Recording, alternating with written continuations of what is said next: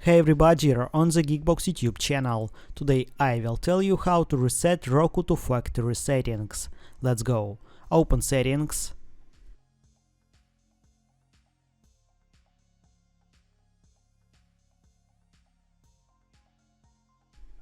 System.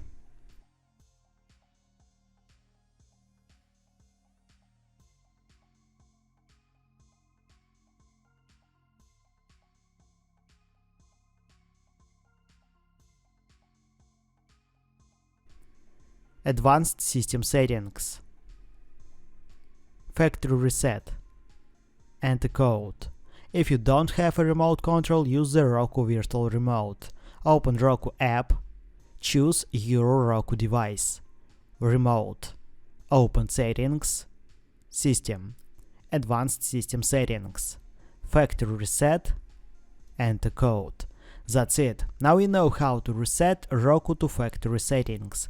Thanks for watching. Please like and subscribe to the channel. Good luck and see you soon.